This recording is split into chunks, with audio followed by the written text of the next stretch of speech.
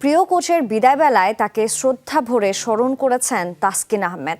মোস্তাফিজুর রহমান থেকে শুরু করে সাকিব, তামিম, মুশফিক, মাশরাফিরা। কোচের বিদায়ে মোস্তাফিজ লিখেছেন, পেস বোলিং হান্ট থেকে তুলে আনা মাহবুব আলী জ্যাকি তার কাছে প্রথম কোচ। সাকিব লিখেছেন, মাঠের মানুষের বিদায় মাঠেই। তামিম স্মরণ করেছেন গত মার্চে তার মৃত্যুর খবর মুখ থেকে ফিরে আসার স্মৃতি। মুশফিকুর রহিমের প্রার্থনায় মাহবুব আলী জ্যাকি। ঢাকা রাজশাহী ম্যাচের আগে মাটিতে লুটিয়ে পড়েন ঢাকা ক্যাপিটালস সহকারী কোচ। ওটাই শেষ, হুট করে থমকে গেল অপার সম্ভাবনা।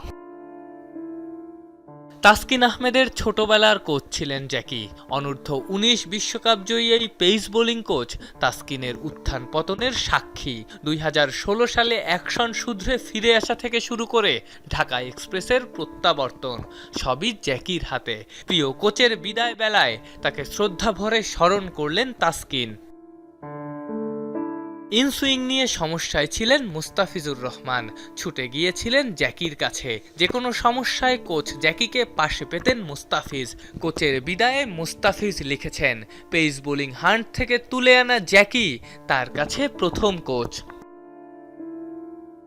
দেশের অন্যতম সেরা পেস বোলিং কোচের বিদায় ছুঁয়ে গেছে সাকিব তামিমকেও।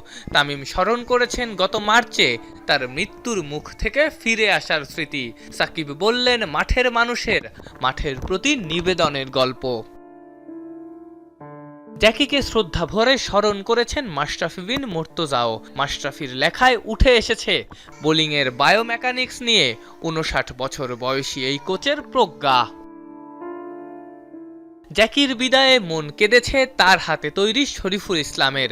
যুব দলে শরীফুলের কোচ ছিলেন জ্যাকি। তিনি আন্তর্জাতিক ক্রিকেটের জন্য শরীফুলকে তৈরি করেছেন। এছাড়াও লিটন, রিশাদ, হাসান মাহমুদ সবাই ব্যথিত এই শূন্যতায়। জ্যাকি মাঠের মানুষ, বিদায়টাও তার মাঠেই হলো। তার জানাজাও হলো মাঠে, সকল সতীর্থ শীর্ষ সহকর্মীদের সাথে।